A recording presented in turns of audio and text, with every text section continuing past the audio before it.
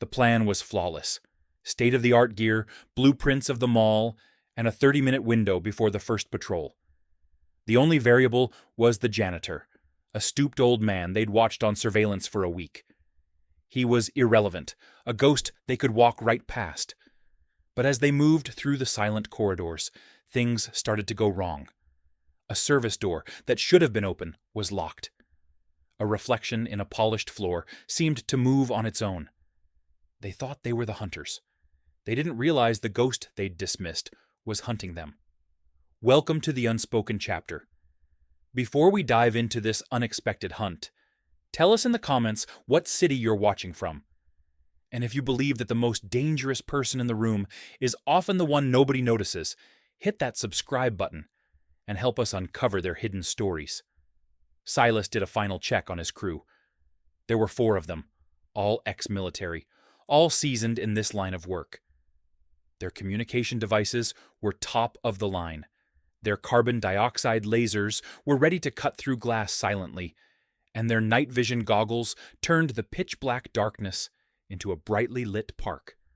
Their target, the De Beers jewelry store on the 3rd floor of the Westgate Mall. Millions of dollars in diamonds, lazy security guards, and a predictable police response time. For Silas, this wasn't a heist. It was an exercise. He had studied every detail for weeks. The mall's security layout, the camera's blind spots, everything. The old janitor, Arthur, who repeatedly appeared in the surveillance recordings, was no different from a ghost to them. A slow-moving old man, focused on his work, oblivious to the world. His crew had even joked about it. "Maybe he'll make us coffee," the youngest one had said.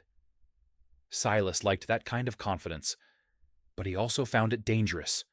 Still, in this case, there was nothing to worry about. The old man was not a threat. At that moment, at the other end of the mall, Arthur was rinsing his mop. He was in his 70s, his body tired from the weight of the years, but his movements were still purposeful. He was one of those who loved his job. The silence of the night, the cool smell of polished floors, the vacant stares of the mannequins in the shop windows. When the mall closed, this giant structure transformed into his kingdom. He knew every corner, every creak, every echo, which service door made a noise when forced, which ventilation shaft had the best acoustics, which floor was the most slippery. These were the insignificant secrets he had accumulated in his 30-year career. That night, he felt that something was different. It wasn't a sixth sense. It was a subtle awareness brought on by a break in the routine.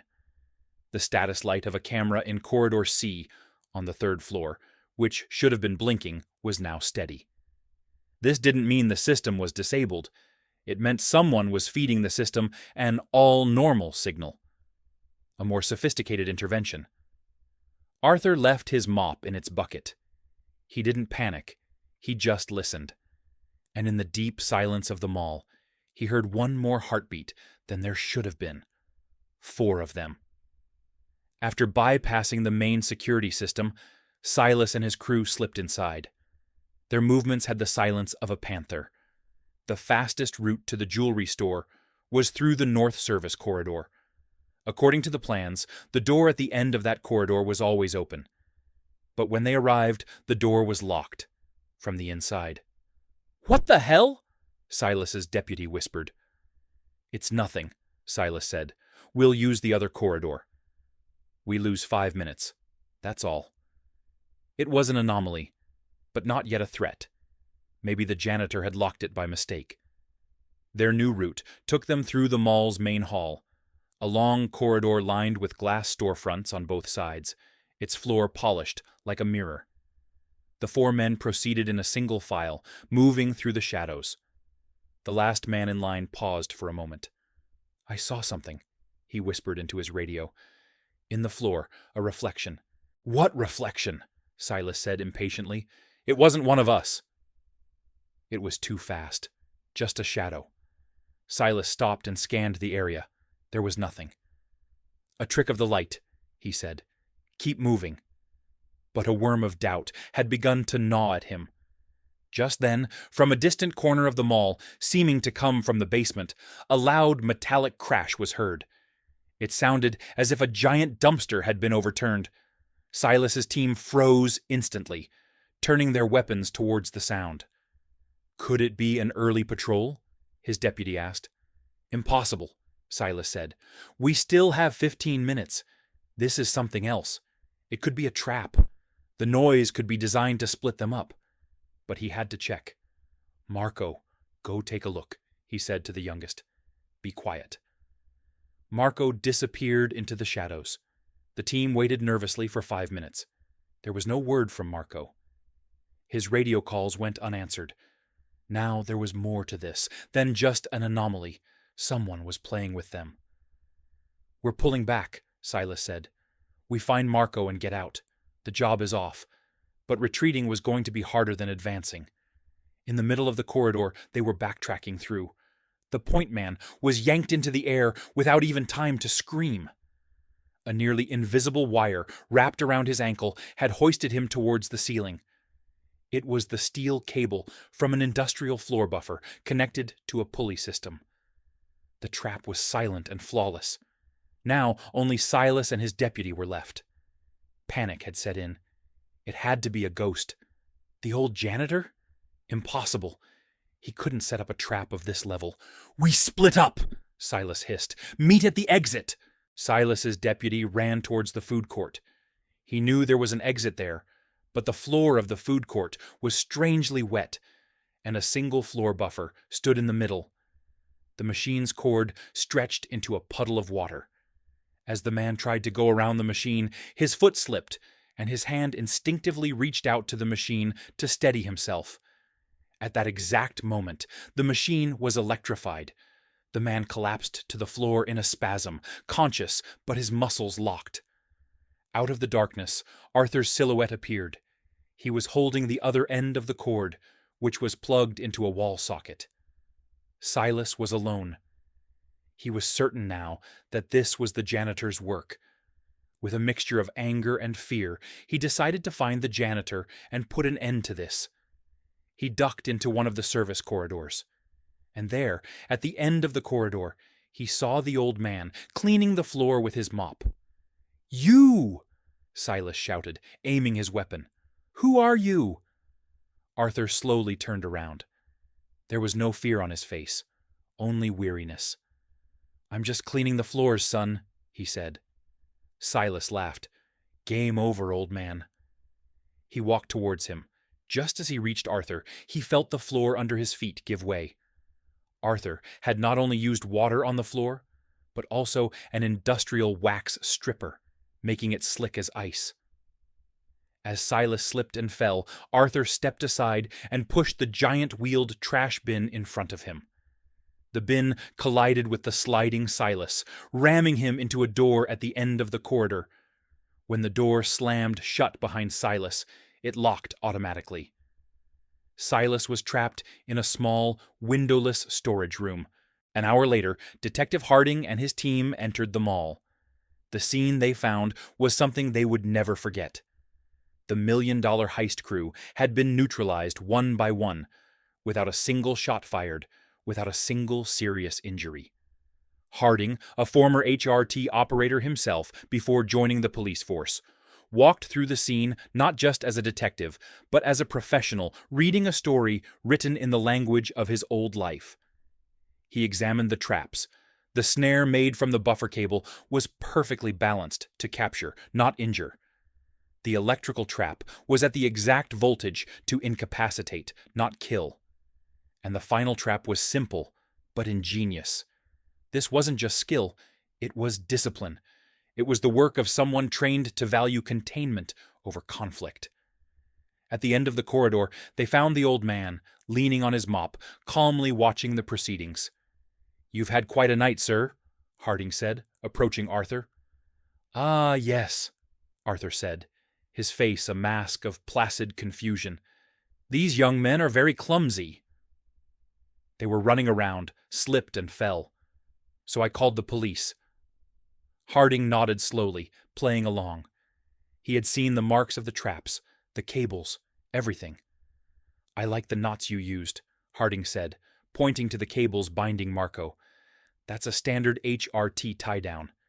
It doesn't cut off the subject's circulation. Hard to learn, even harder to remember after a few years. The expression on Arthur's face didn't change. Is that so? I just wanted to make sure it was secure. You pick things up. Detective Harding didn't push any further at the scene. He knew he was being stonewalled by a master of evasion. But back at the precinct, he ran Arthur's fingerprints through the system. He wasn't just looking for a match, he was looking for a ghost. The result came back instantly, but it wasn't a file. His screen flashed with a red banner. Access denied. Active classification. Cease inquiry immediately. Before he could even react, an encrypted call came through on his secure line. The voice on the other end was flat, emotionless, and carried the unmistakable authority of Quantico. Detective Harding, the voice said, regarding your recent inquiry. There is no inquiry. The events at the Westgate Mall have been classified as unresolved due to unknown circumstances. You will file your report as such. Is that understood? Harding understood perfectly. Arthur wasn't just retired, he was a protected asset. A ghost the agency still kept watch over. A few days later, Detective Harding returned to the mall in the middle of the night. He didn't come as a cop, but as a professional paying his respects. Arthur, as usual, was polishing the floor of the main hall, the buffer humming rhythmically. Harding approached silently. He looked at the vast, empty space differently now. He saw the sightlines from the balconies, the tactical value of the support pillars, the acoustic vulnerabilities of the glass ceilings. He was seeing the mall through Arthur's eyes, not as a place of commerce, but as a defensible position. The floors look great, he said. Arthur looked up. Thank you. A man should do his job well. Harding paused for a moment, choosing his next words carefully. Some old friends in Washington say hello, he said. They asked me to pass on their regards for your housekeeping. Mentioned something about you always leaving a place cleaner than you found it. Arthur stopped the buffer. The humming ceased, and the immense silence of the mall rushed in to fill the space between them. He looked at Harding, and for a single, fleeting moment, the folksy janitor facade evaporated completely.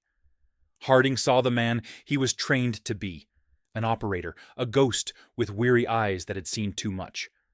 The mask went back up just as quickly. Then, with a faint, knowing smile on his face, he said, I guess they had to tell someone. These floors don't polish themselves, do they? It was a confession, wrapped in a joke. A moment of silent respect between two professionals from different generations, from the same shadow world. Harding nodded, turned, and disappeared into the darkness. Arthur started his machine again. For him, there was no story to tell. There were only floors to be polished in his silent kingdom.